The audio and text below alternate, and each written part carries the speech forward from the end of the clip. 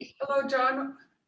Um, Welcome back to the second half. Can everybody hear me? Mm-hmm. Very good. Welcome back to the part 2 of our Shakyamuni Purification with Jonathan Landaw. Please, John, whenever you're ready. I need a minute.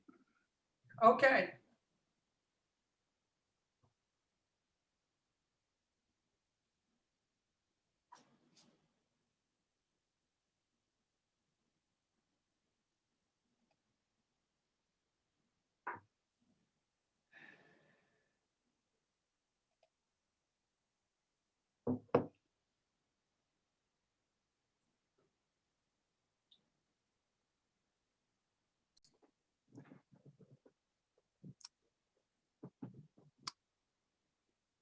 So good evening, everybody. Oh, My apologies for being a little bit late and out of breath. My daughter has a bakery business and I'm her delivery boy. And I just came back from the other side of Santa Cruz County to make my deliveries. So it took a bit longer than it normally would.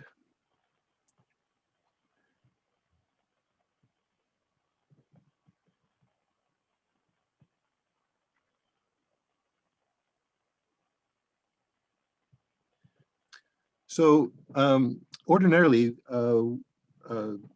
at the beginning of a session like this, we would start with a refuge and bodhicitta prayer. But I've decided today we'll actually start with the practice because the refuge and the bodhicitta prayer comes right near the beginning anyway.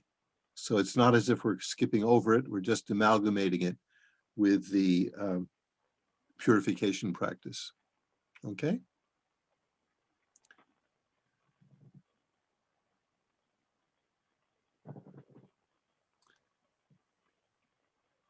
So if you have the purification practice available, you can turn to that, or maybe it's possible to post it. There it goes, right?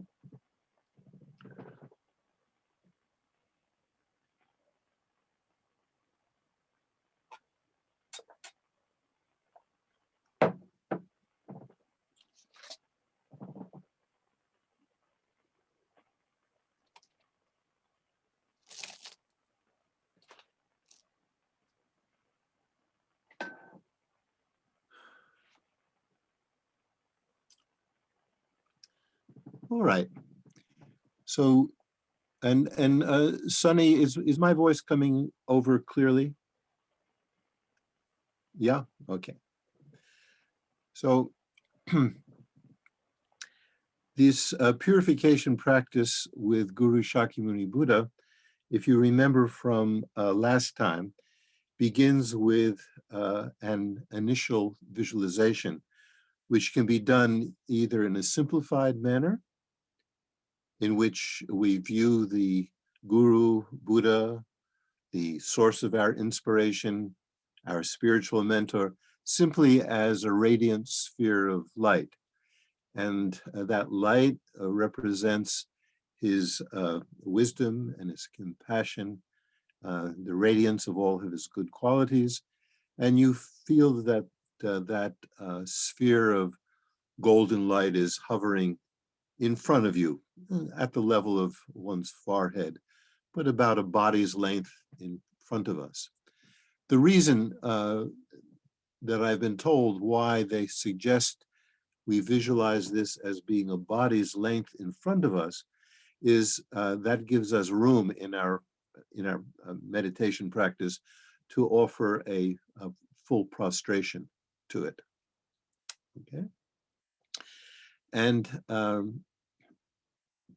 then if you have become familiar enough with an image of the Guru, of the Buddha, of Shakyamuni Buddha, for example, if this image has become familiar enough for you that you can construct it in your mind's eye, see it not with your physical eye, but with your mind, if you've reached that point where you can do a visualization with all of the details of Shakyamuni Buddha seated in front of us,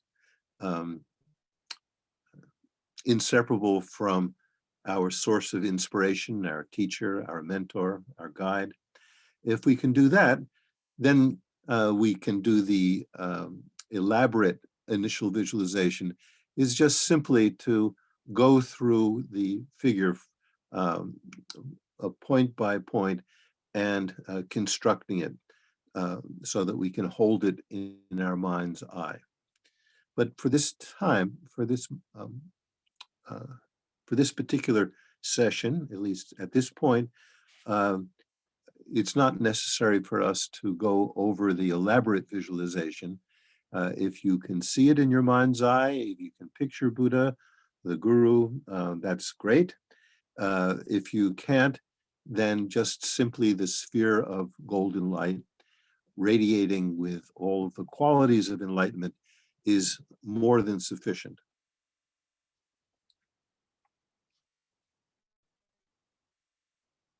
Okay.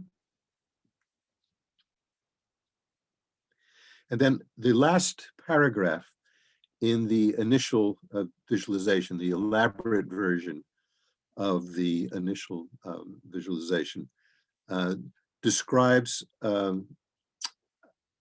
how he appears to us, his aspect. So I'll just read that aloud. His face, meaning the face of the Guru seen as separable from the Buddha, his face is very beautiful. His smiling, compassionate gaze is directed at you and simultaneously at all other, at all the other beings surrounding you. Feel that this supremely compassionate, fully enlightened being is free of all critical judgments and that he accepts you lovingly just as you are, recognizing your fundamental Buddha nature. Now, the essence of that paragraph, that last paragraph, is that when we're constructing the visualization, if we're invoking the spirit, the energy of the mentor, the Guru, the Buddha in front of us, this is not some flat, inert figure, but it radiates with all of the qualities of enlightenment, chief of which is his loving concern for our welfare. It's said many times in different Buddhist teachings that an enlightened being, a Buddha, has more love for us than we have for ourselves. Right? That this enlightened being sees our potentially enlightened nature, and only desire is for us to manifest it. So that is a very, very high, very supreme form of loving concern. So that's why it's the last line of it says, he accepts you lovingly, just as you are, recognizing your fundamental Buddha nature. And one thing I want to add here is that even if we couldn't visualize anything, in other words, not the Guru, not the Buddha, not the sphere of golden light, nothing.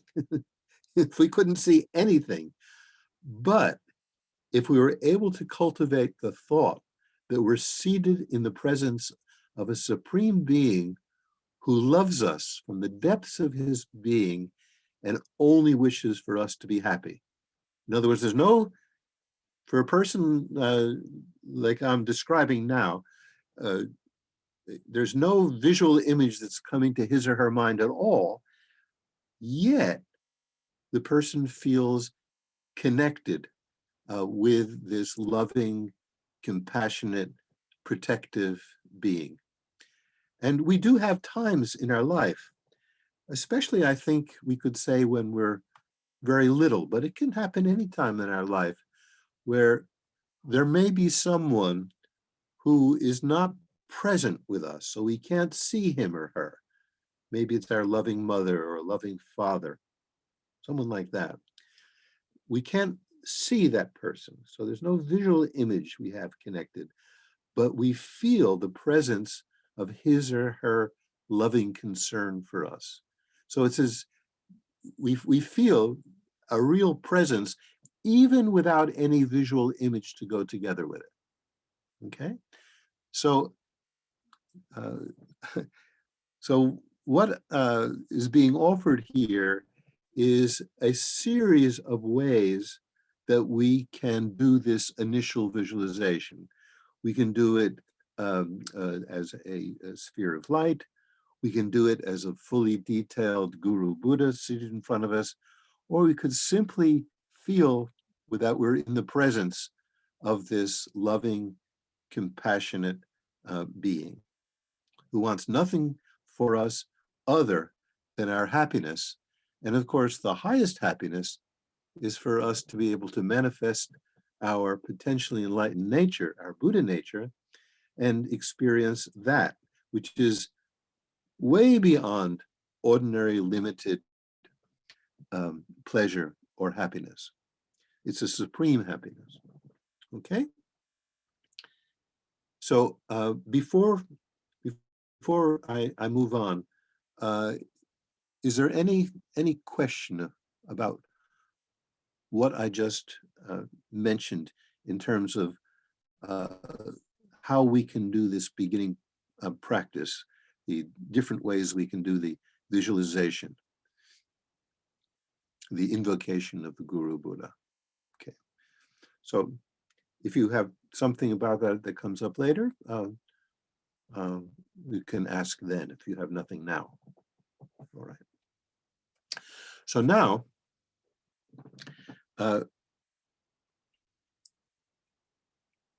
after that invocation of the enlightened being before us, the essence of our spiritual teacher, then we begin to invoke the four opponent powers, beginning with the power of regret. So it says, recall the harmful actions you may have committed with your body, speech, or mind, seeing how they currently obscure our Buddha nature and are the source of every suffering, and then cultivate this sincere feeling of regret that motivates you to cleanse yourself of all their unwanted consequences. Now,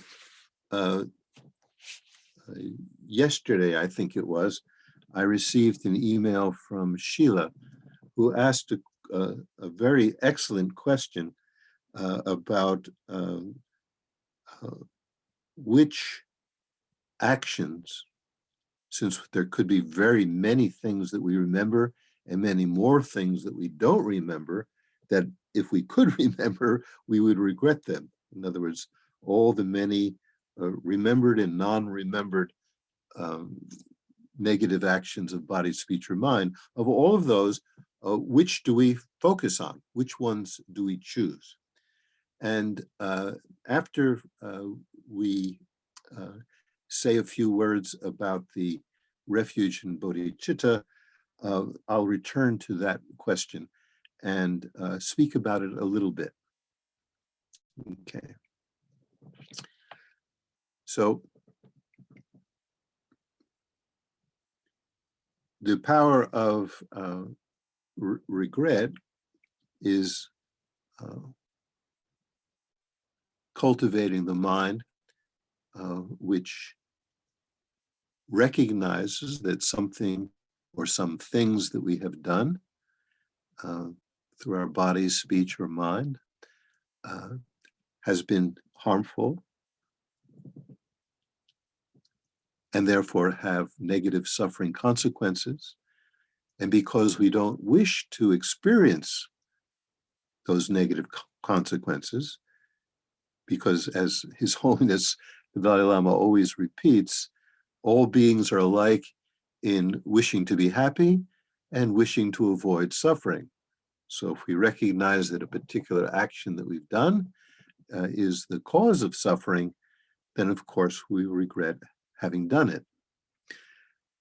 Having generated that mind of regret, we turn to what it is that can protect us from having to experience that unwanted suffering. No, we always, throughout our life, we turn to many, many different objects to pacify or alleviate our suffering. If we have a headache, we might take an aspirin or receive a neck massage. If we're thirsty, we take a drink of water. In other words, there's 1,000,001 different things that we turn to in order to alleviate or avoid an experience of dissatisfaction and suffering. But here, what we're looking for is the ultimate refuge from suffering, turning to a being, some being who has the power to protect us from that unwanted suffering.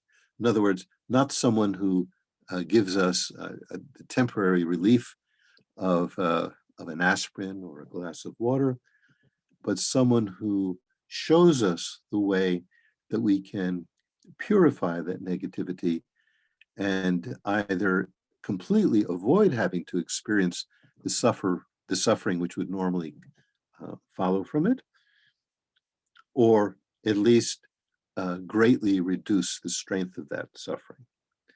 So within this context of this practice,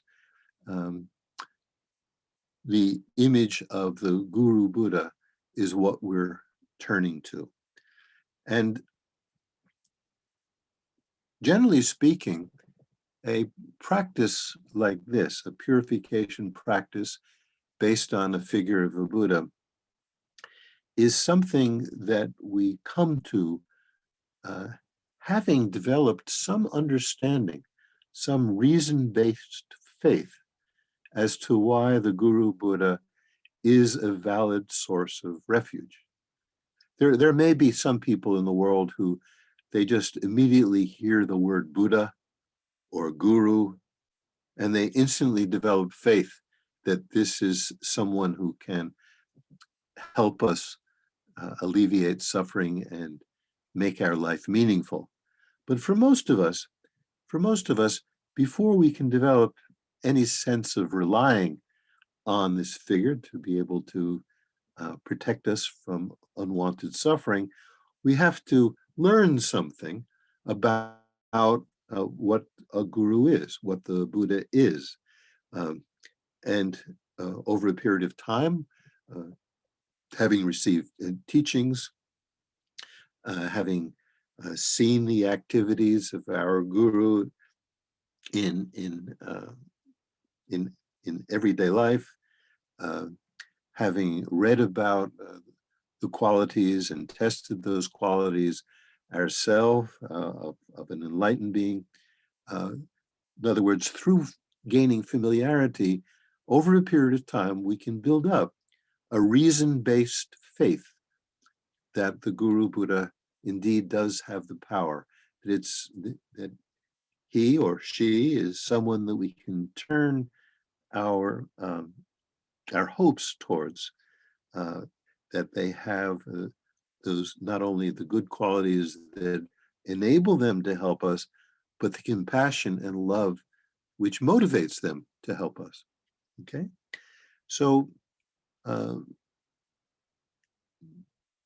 I think in most cases, a purification practice based on Shakyamuni Buddha wouldn't be taught to someone who is completely new to the Buddha's teachings, because it would be unusual for such a person to have a reason-based faith in such a figure.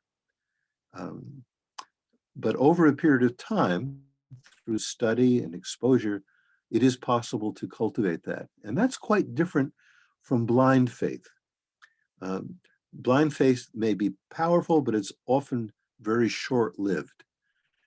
But a faith that's based on having examined the reasons for entrusting ourselves to a figure that has all of these excellent qualities of loving kindness, skill, compassion, wisdom, and so forth.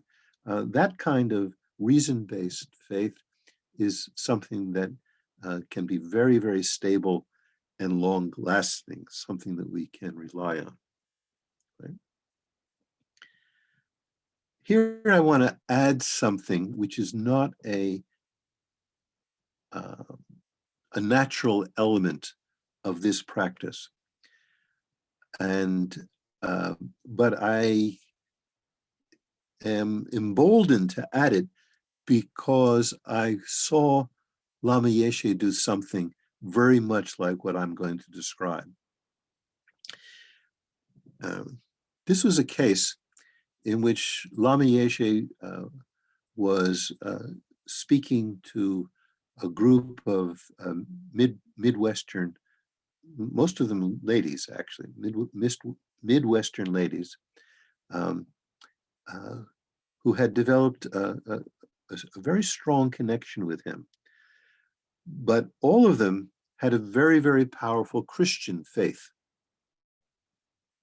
So Lama Yeshe, having recognized that, he offered them a practice of purification based on the same kind of practice that we're going to do here, right? But instead of using Shakyamuni Buddha as the central figure, he used Jesus as the central figure.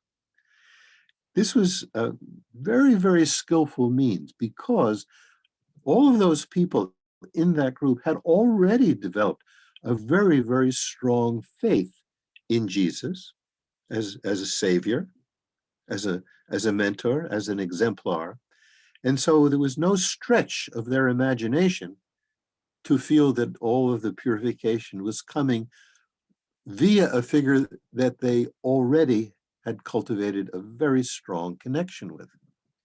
Whereas if Lama Yeshe had given the practice in a traditionally Buddhist way and used a figure like Shakyamuni Buddha, there probably would have been quite a lot of those people who would have felt the figure to be very strange, very foreign, something that they weren't comfortable with, something that would be very difficult for them to subtly develop a lot of faith in. Right? And since it's this faith, this reliance, which is of utmost importance, much more important, as I indicated earlier, much more important than being able to see the figure accurately, but to feel the loving presence and the aura of protection that comes from it. Since that is of major importance, since that's what allows our heart and the heart of the Guru Buddha or the figure of inspiration to connect and communicate with one another, for that reason, Lama gave this practice, virtually the exact same practice, but focusing on the figure of Jesus instead. So the reason I mention that now is because there may be people who, even though they've been studying Buddhism for a while and have developed some measure of interest and faith in that figure, still, when it comes to their real heart connection, it is with another figure, another spiritual figure, another spiritual figure who also symbolizes and embodies all of those same qualities that we've been talking about: loving kindness, compassion, skill, protection, and the like. So I mention that, and for those people who are interested, I have copied out the meditation that Lama Yeshe led on that occasion. It was reproduced in a book. And if there is anyone who feels a particular desire to see what that practice looks like, just as Lama presented it. I'm very, very happy. If you send me an email, I'm very, very happy to send a copy out to you.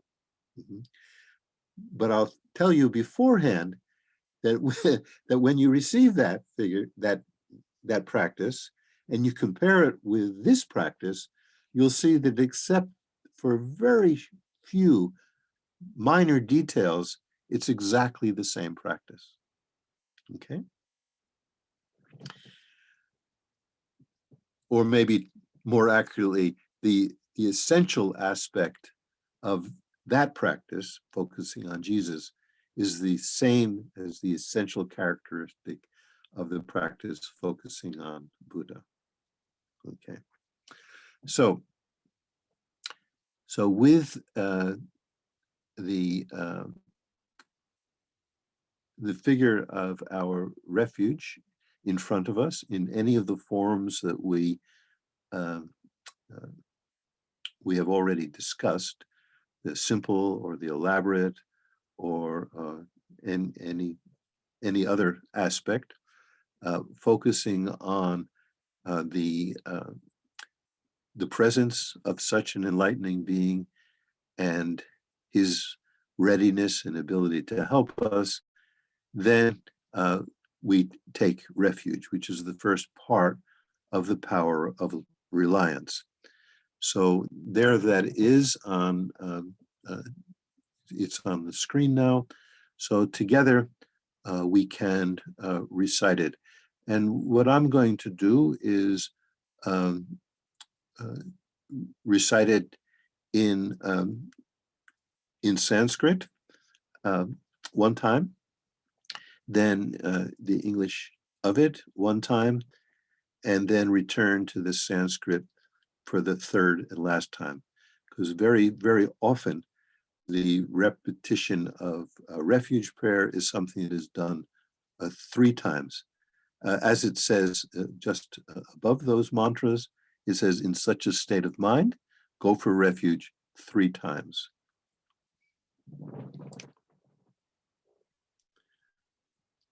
So spend a brief moment invoking the image of the figure of inspiration that most deeply speaks to you, and open ourselves up to receiving his or her enlightening presence with its strong wish to receive protection against any negative consequences of any harmful actions we may have committed.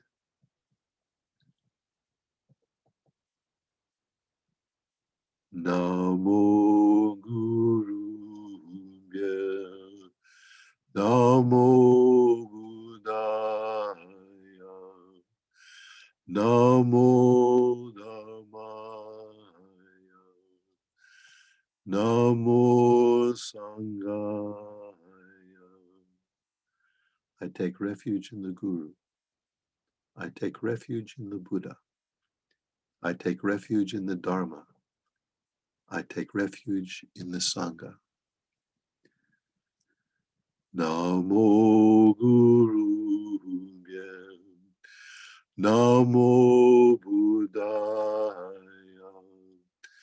Namo Dhammaya, Namo Sanghaya.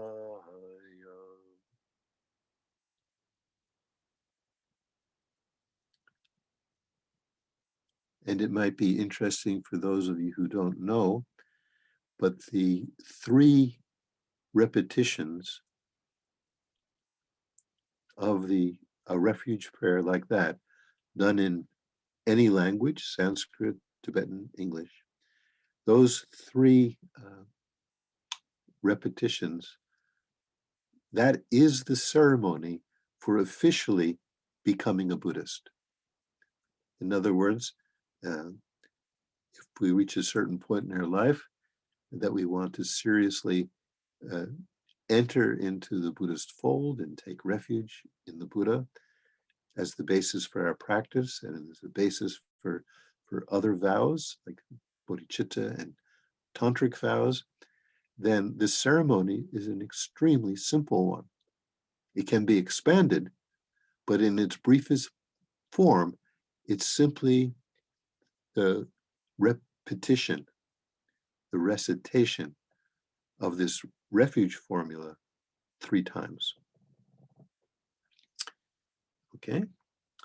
Then on the basis of that, we can expand our motivation to include not only refuge, but the compassionate bodhicitta motivation to aim for enlightenment for the sake of benefiting all beings. And this time, what I'm going to do is I'm going to read this prayer in English once, but I'm going to repeat the last 2 lines of it a total of 3 times. I go for refuge until I am enlightened to the Buddhas, the Dharma, and the Supreme Assembly.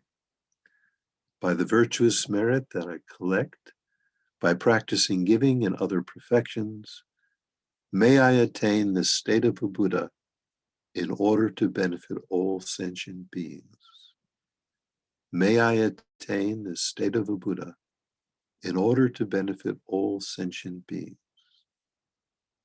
May I attain the state of a Buddha in order to benefit all sentient beings.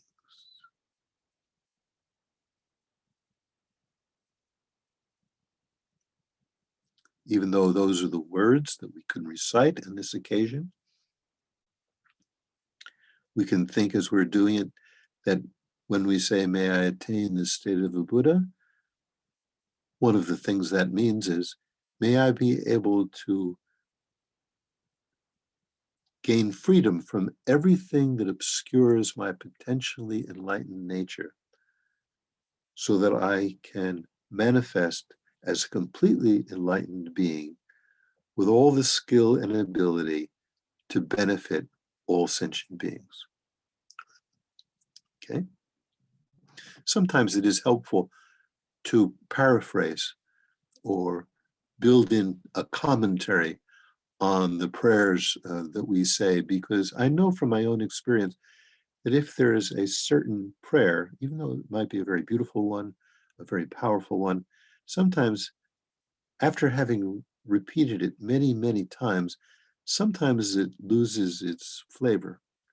It's not there's anything wrong with the prayer itself or the sentiment, but through familiarity, it loses some of its power. And so sometimes it's helpful to just rework it, paraphrase it, add commentary to it that brings out its essential nature, so it doesn't become something that we're simply reciting by rote.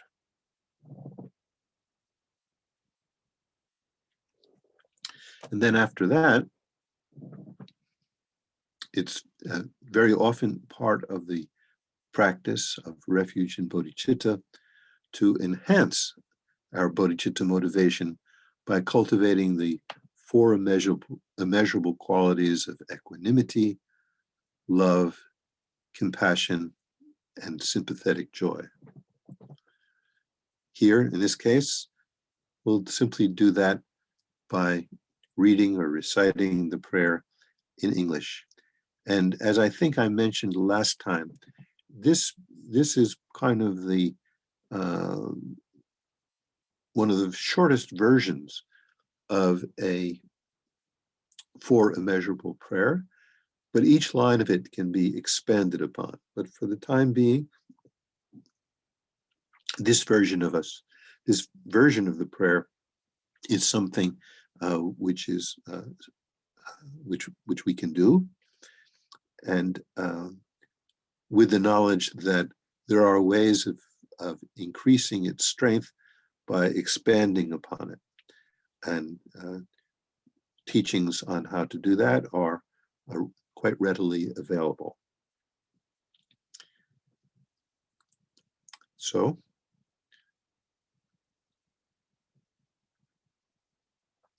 thinking about the meaning of the following words, helps us cultivate these four immeasurable qualities. May all sentient beings be free from the bias of attachment and aversion. May all sentient beings have happiness and the causes of happiness. May all sentient beings be free from suffering and the causes of suffering.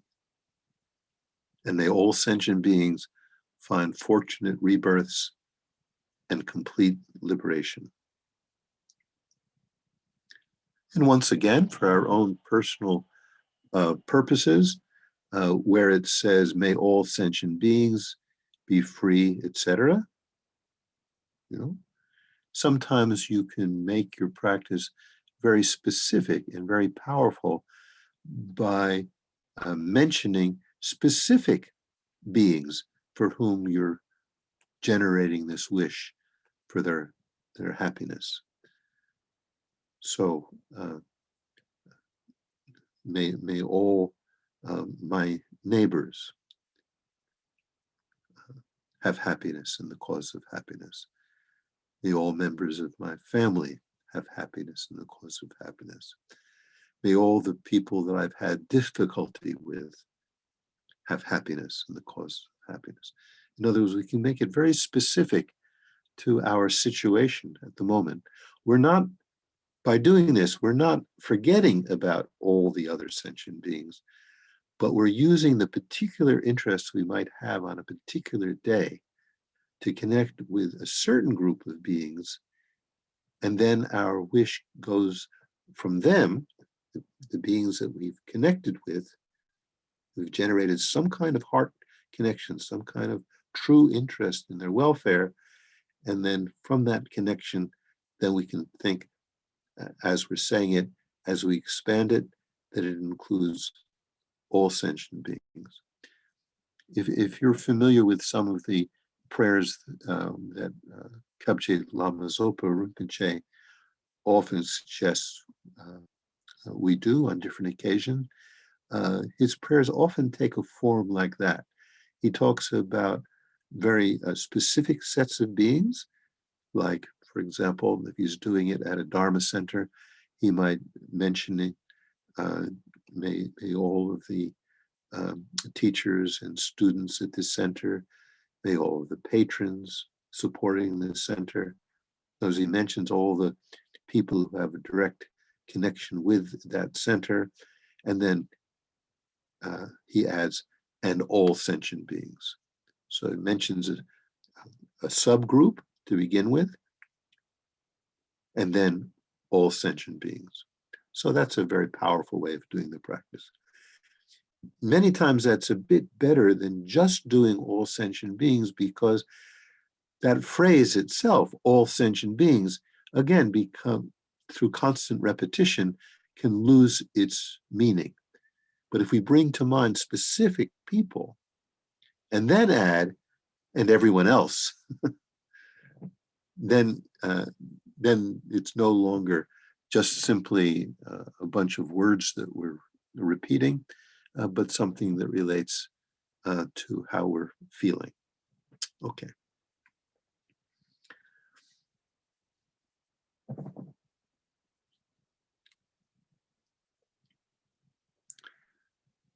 So now I'd like to turn to the power of the remedy. I mentioned earlier that there was something more that could be said about the power of regret, but I want to hold on to that and for a little while, and if we have time towards the end, we'll get back to it. So now we're invoking the power of the remedy. So in this particular case, the remedy takes the form of visualization of purifying rays of light, visualized in conjunction with invoking the sound of the mantra, the purifying mantra, in this case of Shakyamuni Buddha. If we were doing this practice with Vajrasattva, for example, it would take very, very much the same form. It wouldn't be terribly different, but the visualization, instead of being of Guru Shakyamuni Buddha, would be the white meditational deity Vajrasattva. And the mantra that we recite, instead of being Shakyamuni's mantra, would be either the long or the short version of Vajrasattva's mantra. Okay? But other than those two differences, the actual mechanics of the visualization, the mechanism that we invoke, the way in which the cleansing, the purification takes place, that is identical. There's no significant difference in that at all. Okay. So the power of the remedy, and again, it's given in a somewhat elaborate and somewhat abbreviated form, not terribly different in these two forms. And the main thing that we do is that we focus our attention on the same refuge object that we invoked earlier, with the initial visualization. And so I'm going to refer to that object as Guru Shakyamuni Buddha, recognizing, of course, that we could be simply visualizing this radiant sphere of golden light, or anything else that represents the qualities of enlightenment for us. Okay. But in terms of Guru Shakyamuni Buddha himself, then what we do is we focus on the three major centers of his holy body. So as it says, at the Guru Buddha's crown is a white Om. That can be in English or Sanskrit or Tibetan, or it can simply be a light that represents, that is radiating with the sound of the syllable Om. Okay, so at the Guru Buddha's crown is a white Om. At his throat is a red Ah, and at his heart a blue Hum. These three represent all enlightened beings, perfectly pure body, speech, and mind.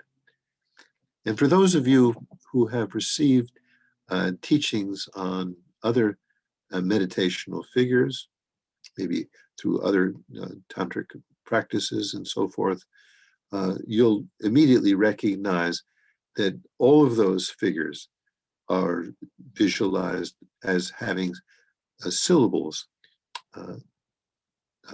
as part of their radiance. And those syllables are placed at those same three centers.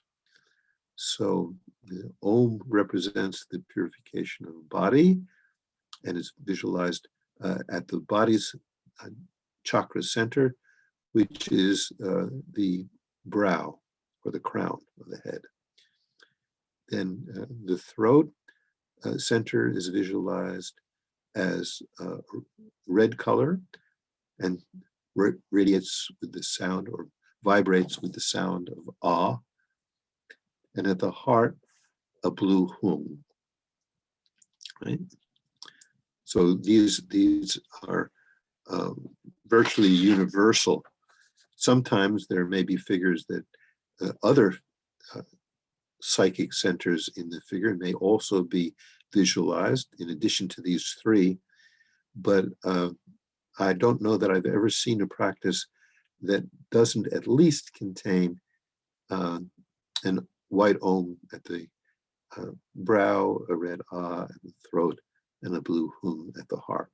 There may be practices like that, but all the ones that I've been introduced to have at least those three major centers visualized in this way. Okay. So then, having focused our attention on these three centers in the holy body of our figure of inspiration, then we can do 3 sets of recitation of the mantra. And when I say 3 sets of recitation, we may decide, for example, that during the first set of recitations, we're going to recite the mantra 21 times. And then during the second recitation, we're also going to do it another 21 times. And then during the third, we do a final set of 21. And instead of 21, we could use another number. It can be as small as 3 or 7 or 21, or it could be 100, or it could be multiples of 100. So we choose whichever number that we have the time and the energy for, and then we recite that mantra those many times in sets of 3. Why 3? Because during the first recitation, let's say of 21 mantras, we're focusing on receiving white purifying light from the brow of the Guru Buddha, which comes into our own brow, and visualize it and feel it purifying any negativity that we collected through the door of our body.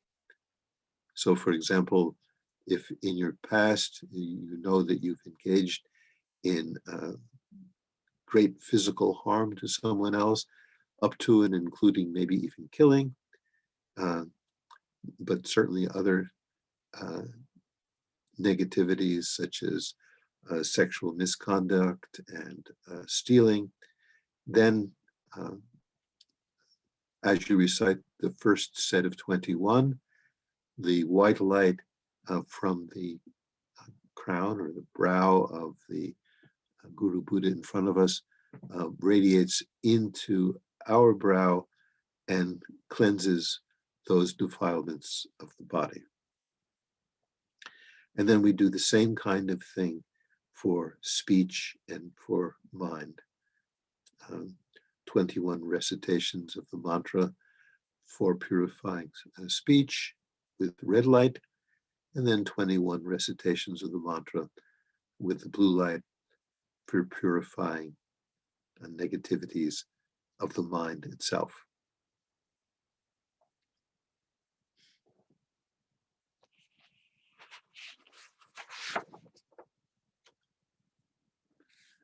And then, as you'll see in the rest of pages 2 and 3, it's just those instructions are given in detail.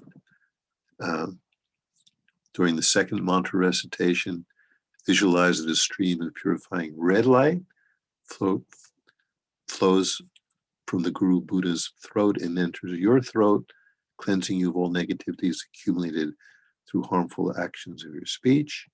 And then, as was said before, during the third mantra recitation, a stream of purifying blue light flows from the Guru Buddha's heart and enters your heart, cleansing all negativities accumulated through the harmful actions of your body. So you can see that once you understand how this practice is to be done, you know, what you're meant to be visualizing, where the cleansing lights come from, where they go to, what it is that they cleanse. Once you've got that, and it's not very complicated, then you can do that entire practice without having to read anything. You know, it's in your mind. You know what you're meant to do. So it's just a matter of concentrating your energy on the source of refuge in front of us, cultivating strong faith that figure does have the power to cleanse those negativities or purify us of those negativities. And then it's just a matter of focusing on the vibration of the mantra and the waves of purifying light coming from the visualized mantra or the energy.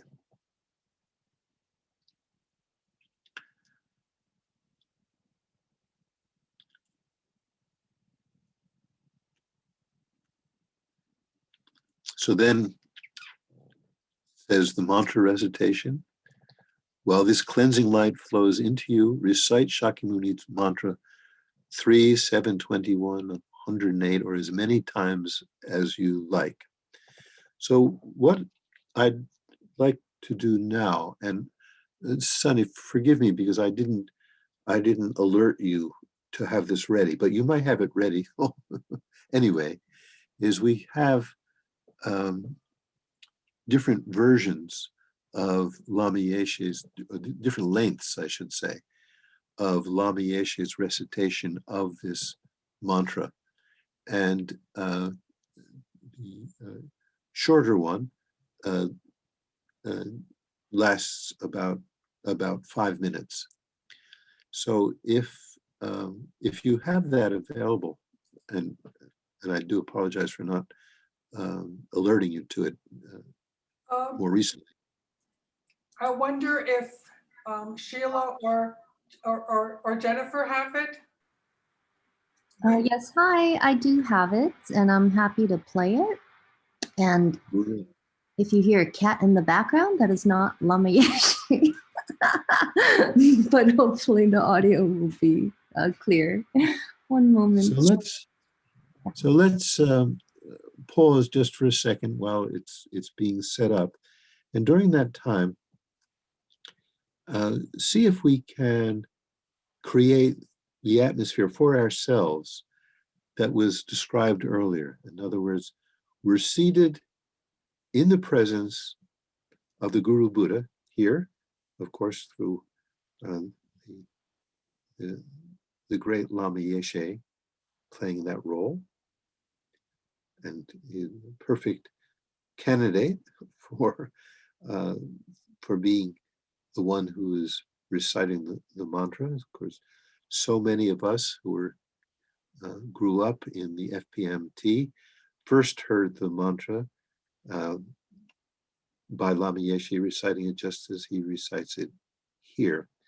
So you can put ourselves in a state of cultivating, whatever faith you might have, either in Lama Yeshe himself, like if you've met him, but probably not too many people besides myself in this group have actually met him, but everyone here has had a connection with him.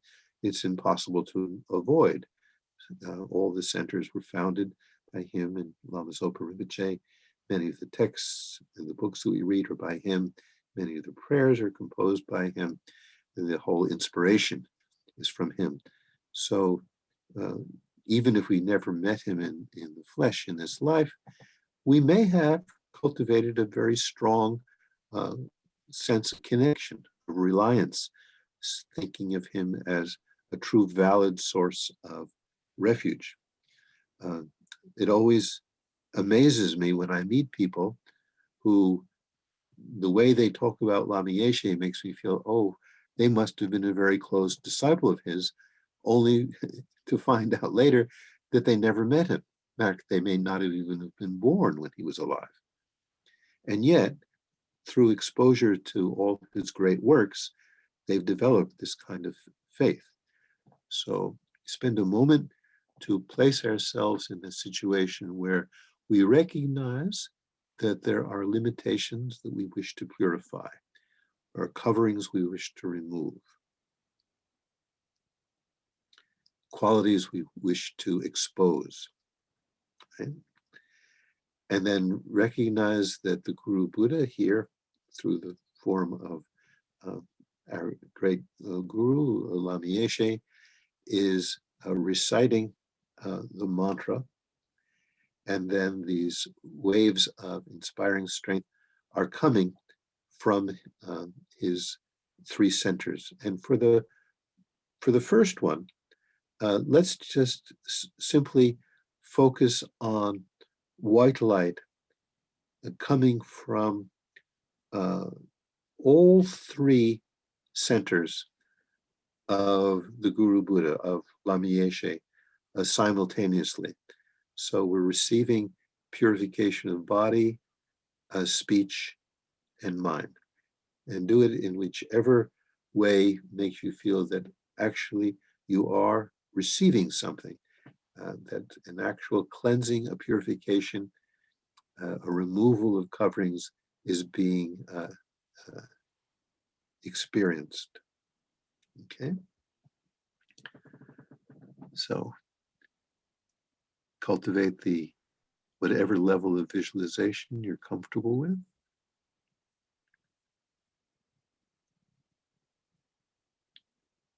And generate that strong sense of reason or experience-based faith in the Guru Buddha.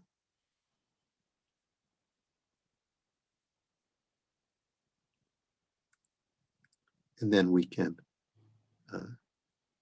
the mantra can be played now, and we join in with it.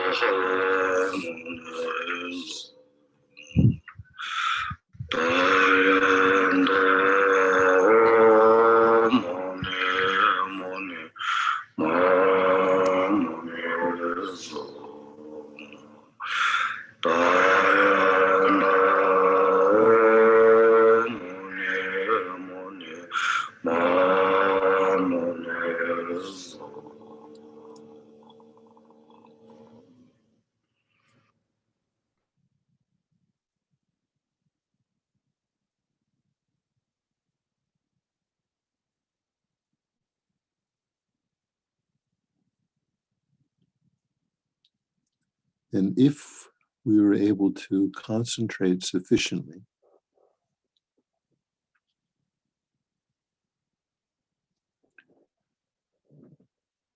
then right now, our own three centers, our entire being, may feel a bit different than it did before the mantra recitation. it may feel as if we had just taken an internal shower, not the kind of shower where we cleanse the surface of our skin, but the kind of shower in which we cleanse the chakras of body, speech, and mind.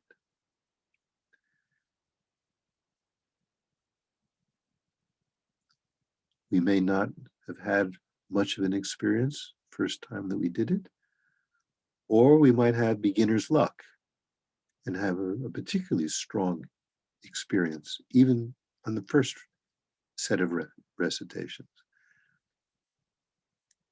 But whatever experience that we had, whatever sense of lightness or clarity or transparency,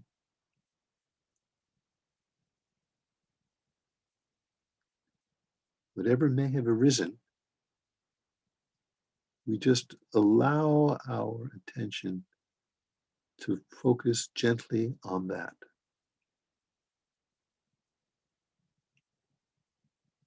Cultivating the feeling that even through such a brief practice as this, cleansing, purification has actually taken place. The signs of it may or may not be dramatic. In all likelihood, each time we do the practice, we'll experience it somewhat differently. But with time, we can feel this practice is like receiving very powerful X-rays into the centers of our body, speech, and mind. X-rays that penetrate deeply and cleanse impurities.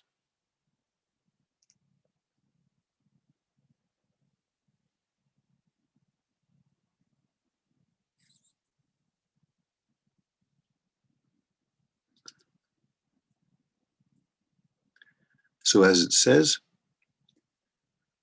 page 3, as the flow of cleansing light into you continues, allow yourself to feel you are gradually becoming lighter, less solid, and more transparent, thereby revealing your fundamental purity. Dwell silently for a few moments within this resulting experience of calm spaciousness.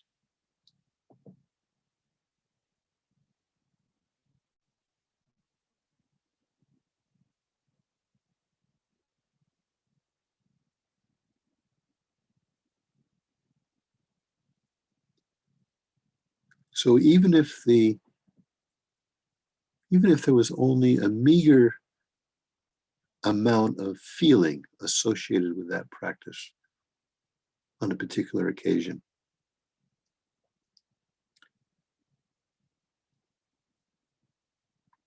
we just accept whatever happened on whatever level,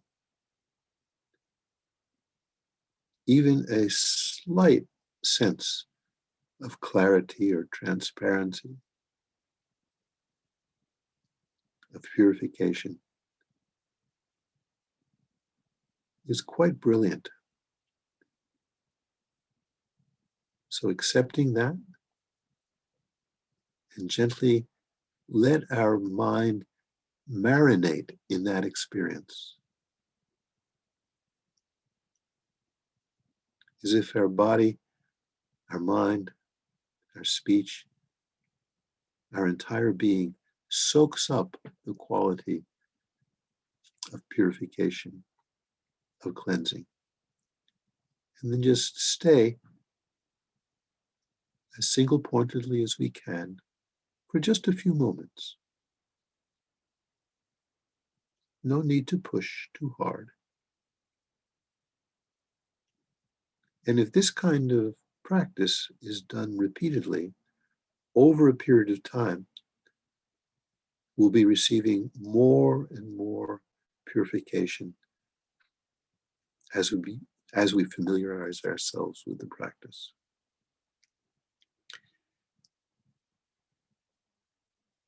our teachers very, very often say, it would be better to do a practice like this one, to do it just for 5 minutes every day. It would be better to approach it that way than on some days devote an entire energetic practice over an hour on it, but then skip the next day. In other words, it's the daily repetition of the practice, even if done relatively briefly, that brings more of a result than a haphazard practice, very strong on one day, weak or even absent on another day. It's the consistency, the familiarity over time, which really builds up the power of this practice. Okay.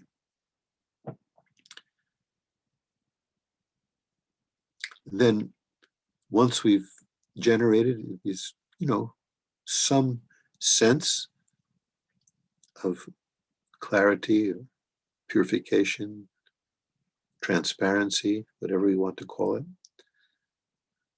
then we can invoke the fourth of the opponent powers, and that is the resolve or the resolution to avoid doing whatever practice, whatever activity it was that we cleansed, to refrain from doing it again. So as it says under number 4, then make the heartfelt resolution that you will refrain from committing the same harmful actions you just purified ever again, or at least for a year, a month, a week, a day, or even an hour.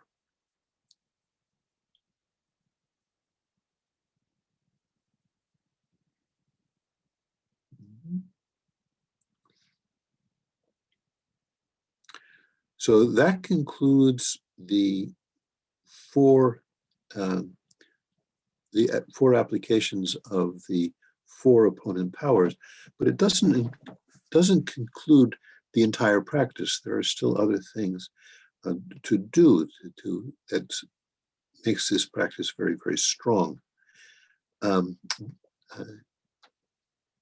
this, we begin discussing that on section 5, the final absorption. Mm-hmm.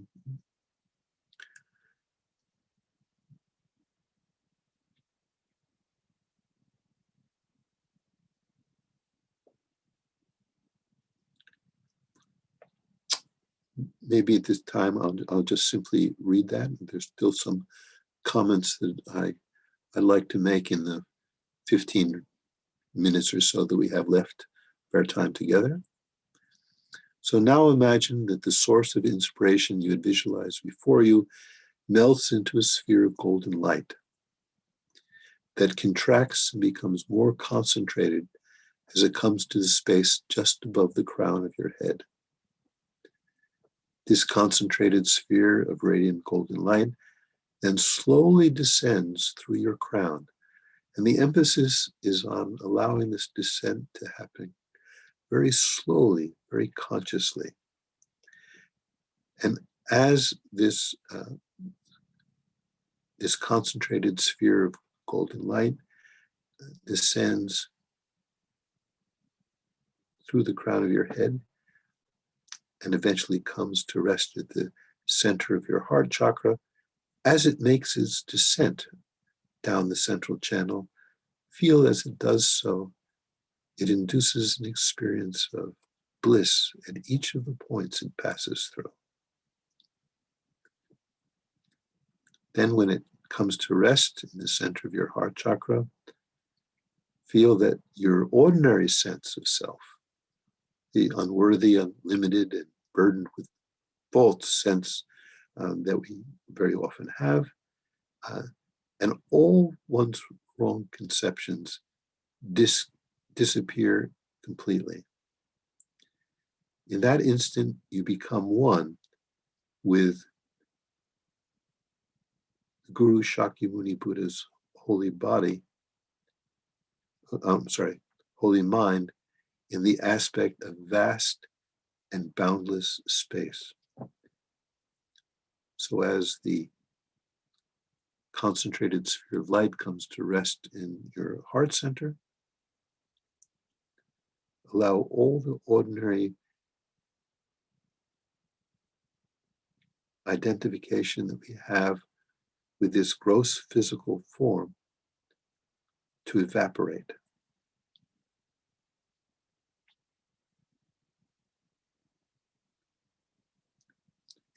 All that is left where we're seated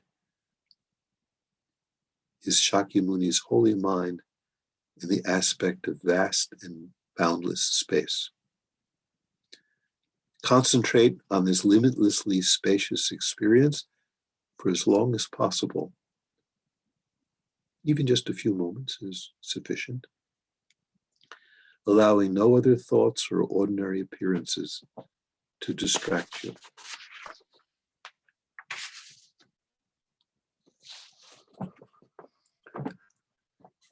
Then after that, there's a note on the top of page 4. If we're doing a relatively brief practice, at this point, we can skip down to section 8 below for the concluding dedication practice. If we have more time and more energy, there's 2 other sections that we can intersperse here, sections 6 and 7, before we reach 8. Remember, the practice that we just described ended with our ordinary sense having dissolved and merged with the Guru Buddha's mind in the aspect of vast and empty space. But if we want to do a more elaborate practice, we can then re-emerge from that vast empty space, taking on the identity of Shakyamuni Buddha ourselves. So as that's outlined in section 6, instantly from this empty space, there appear in the place where you're sitting the lion-supported throne, lotus, sun, and moon seat, and upon this your mind in the aspect of Shakyamuni Buddha. Everything is in the nature of light exactly as you had visualized it earlier. That means if you had done the elaborate visualization of Shakyamuni Buddha in the very beginning, now you're doing the same elaborate visualization of Shakyamuni Buddha, but now instead of being someone who is, or something which is separate from you, we have given up our own ordinary identity, and in that space of emptiness, now we arise, identifying ourselves as Shakyamuni Buddha. Cultivate the feeling that you are Buddha and concentrated, undistracted on this enlightened identity. And then the other additional practice we can do at this point is having arisen as Shakyamuni Buddha, which in this case means now we're in touch with our own Buddha potential, our own Buddha nature. That's what remains when all the ordinary limited vision of ourself dissolves. Mm-hmm.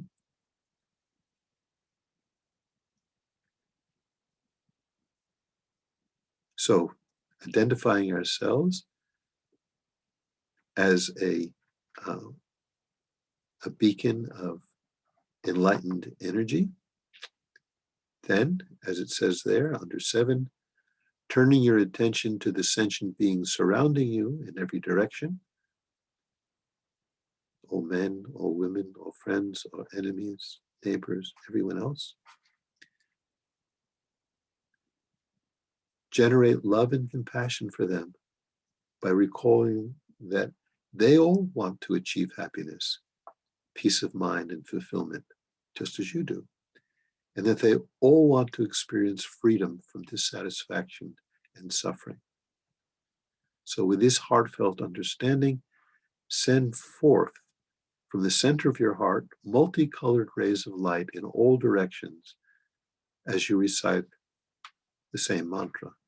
Tayata Om Muni Muni Maha Muni Yaso. As these light rays reach the countless beings surrounding you, they bring healing energy, inspiration, strength, and here's the important thing, and whatever is needed to bestow upon them temporary and ultimate happiness. So if you have a dear friend who's suffering from a disease, and of course there's millions and millions of people nowadays experiencing the ravages of not only COVID, but many, many other forms of disease. If this is what we're wishing to purify, then feel that the rays of light coming from our center out towards them takes on the form of Buddhas and bestows upon them the healing energy. In other words, what we visualize becomes like a super medicine, a super cure. And then whatever it is that the beings are experiencing that we wish to help them with, it could be anything. It could be a feeling of abandonment, of loneliness, of insecurity, of weakness. Whatever it is that they're suffering from, feel that the rays of light in our heart in the form of Shakyamuni Buddha go out to them and provide them with exactly what they need to get over that difficulty, to banish that difficulty. So as we recite the mantra, we send out these rays of light, bestowing upon them whatever is needed for their temporary and ultimate happiness. Visualize that all these surrounding beings fulfill their enlightened potential and are transformed into Buddhas, experiencing great blissful wisdom. Then, all of these Buddhas dissolve into your own heart, and the experience is sometimes described as like snowflakes falling into a mountain lake. That mountain lake is your own heart, and the snowflakes are all of these transformed, enlightened beings flowing into it, which is experienced as inexpressible joy and bliss.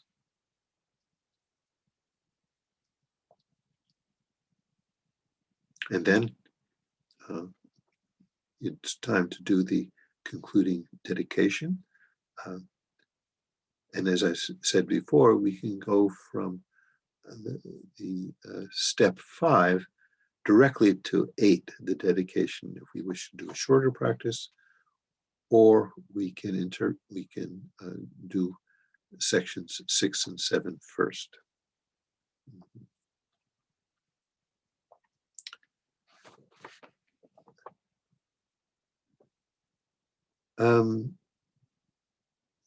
I'm trying to think of how best to fill in some of the gaps that inevitably came from limited time and resources for doing this practice. One thing that occurs to me is just to write a short piece which summarizes some significant things that can be added to further enhance this practice. The other thing was hearkening back to what I mentioned earlier, that Sheila had asked a question, since this entire practice is based on purifying actions that we regret, and since there may be countless actions which, if we could remember them, we would regret, then how do we choose where to start? What do you think? Maybe I can devote just a few minutes to that.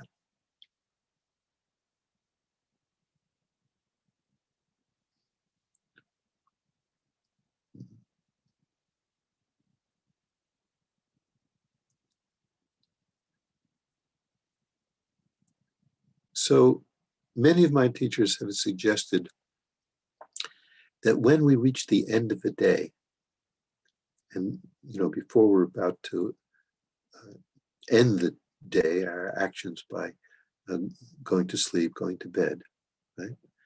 We do a quick review of the major events of that day, especially focusing on anything that we may have done or said or thought that was in any way harmful. Right? So if we've been conscientious during the day, we may have noticed sometimes when we may have lost our temper, or we tried to get out of a delicate situation by saying something that was not true, or we tried to manipulate somebody in some dishonest way, or when we actually hurt somebody else, So hopefully during the day, whenever those actions happen, kind of a red flag goes off in our mind. We kind of bookmark that. And if we can't purify it right then at that time, think of it as something that we'll come back to towards the end of the day and do a brief purification practice, focusing on those negativities. Okay. So if we do this, then this keeps that negative action from growing more serious with time. And the more we do the practice, the more we actually rid ourselves of having to experience the negative result of that action. So at least the consequences don't get worse, and at best, we might get free from all consequences entirely. Okay. So this is a very good practice to do at the end of the day. And similarly, some teachers have said, when you wake up in the morning, and if you remember your dreams, if in the dreams you committed a negative action, right? Well, that's a sign that there's some strong instinct, some residue of that kind of action in your mind. So you do a brief meditation practice in the morning to purify whatever negativities may have appeared during the sleep state. Okay. So these two types of practices, before going to sleep and then after waking up, are very, very excellent for keeping things clean, for taking care of things as they happen, not letting them accumulate and get worse. Okay? But also, if we look at the state of our body, speech, and mind, just what goes on in them normally, we might not notice specific negative things that we've done during the day through body, speech, and mind, but we might notice the residue of past negativities. So one example would be, let's say we're the kind of person who's always finds oneself in bad company, where people are always taking advantage of us or lying to us or stealing from us. There's some people who have lives like that. They're it's like they have bad luck, we could say. They're always in the wrong place at the wrong time. Well, again, that's that's not just a random occurrence. That's an indication that person, ourselves, we're like that, are experiencing one of the results of negative karma committed in the past. So even though we may not remember specifically what we did, we know that we're experiencing the result of a negativity. And by inference, we can figure out what that negativity might have been. If we're experiencing physical suffering, that's a sign that we've harmed the bodies of other beings. If people are always speaking trash to us and insulting us or lying to us, this is a sign that we've collected a lot of negativity through the door of our speech. And the same is true for the door of the mind itself. So we don't have to specifically have remembered a negative action that we've done. Though, as I mentioned, if we've noticed something that we've done during the day, purifying it at night is excellent. And if we notice something that we dreamed that was negative, and purifying that in the morning when we wake up is excellent. But there are many things that we don't remember, but we can figure out that we must have done because we see the results in our experiences of body, speech, and mind. And I pointed out in the letter I wrote in response to Sheila that there are a number of texts focusing on the workings of karmic cause and effect. And if we read those texts, we can get an idea of the kinds of actions that produce certain results. So that if we see those results in ourselves, and if we've generated faith in the veracity of the Buddha, then we can figure out which negative actions we must have committed. And the one particular text that comes to my mind, that was I first received teachings from one of my major teachers, Geshe Gawan Darge in India, is called The Wheel of Sharp Weapons. And in it describes a whole range of experiences that we may have.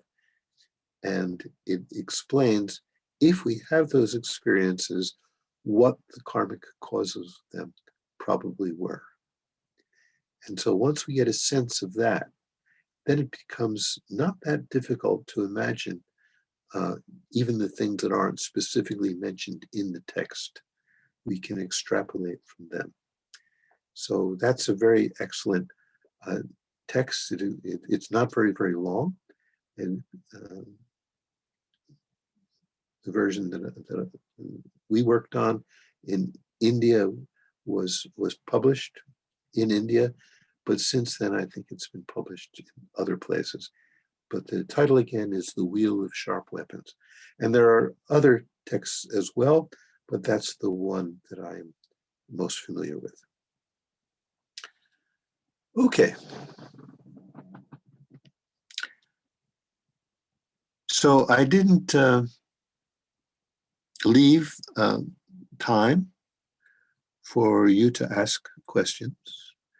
And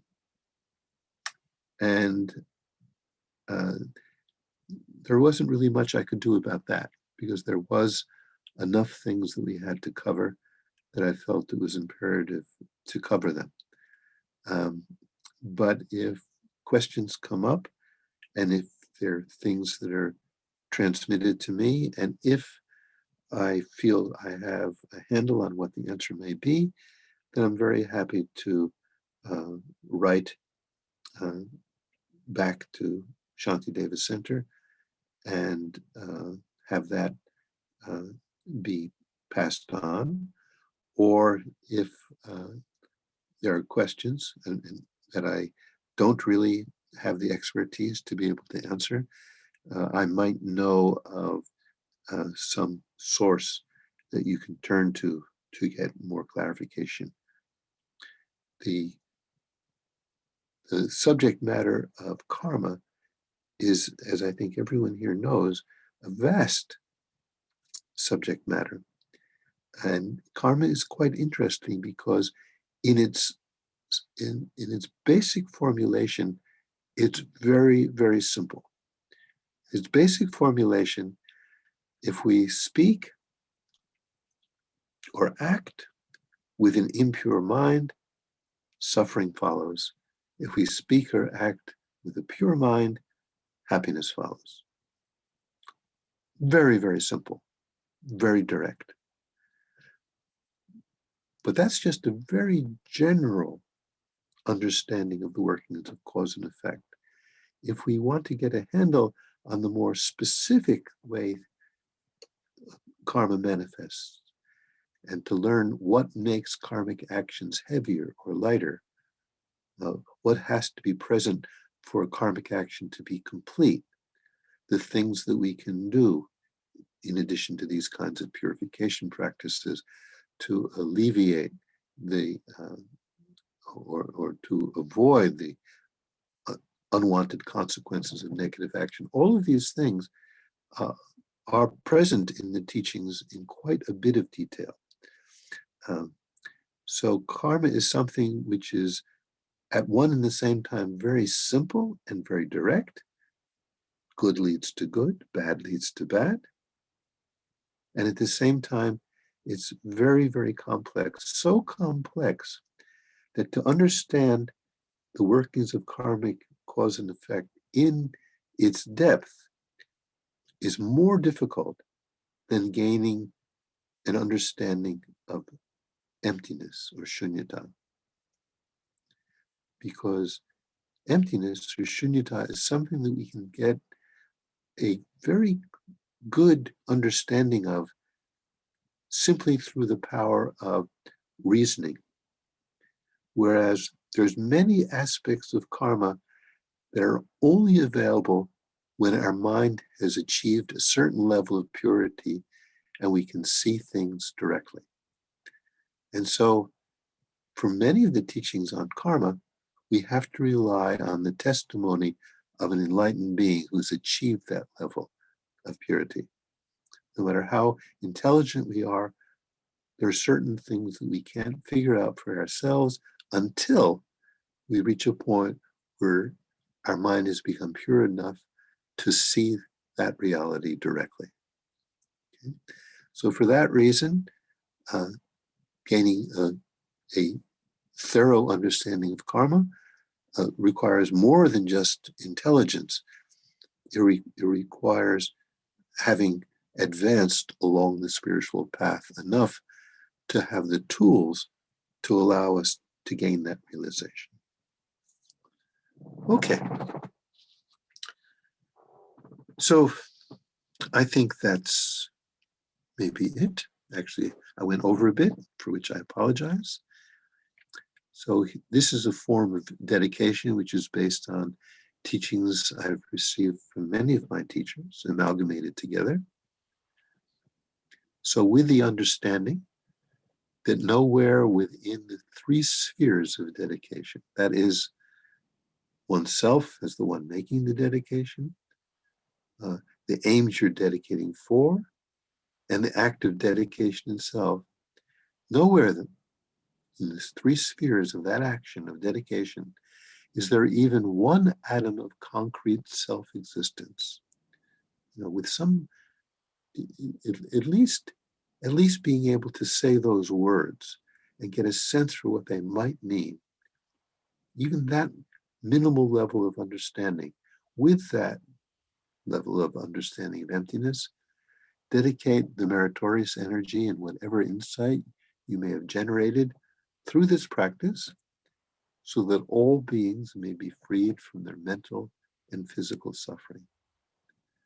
So that His Holiness the Dalai Lama, Kepche Sopa Rinpoche, and all spiritual friends from all traditions, revealing true paths to higher rebirth, to happiness, higher rebirth, liberation and full enlightenment, may be endowed with long and fruitful lives. Dedicated so that we may come under the benevolent care of such compassionate gurus in this and in all future states of existence. And so that we may, that dedicated as well, so that we ourselves may attain full enlightenment as swiftly as possible in order to repay the infinite kindness we have received from each and every sentient being.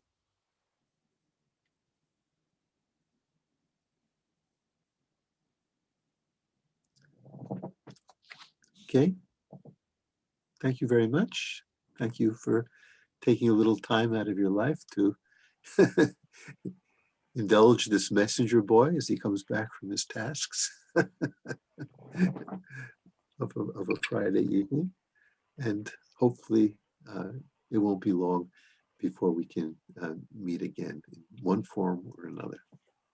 So goodbye for now. Thank you, John. Be well and Thank safe you. and happy. Thank you. Thank you.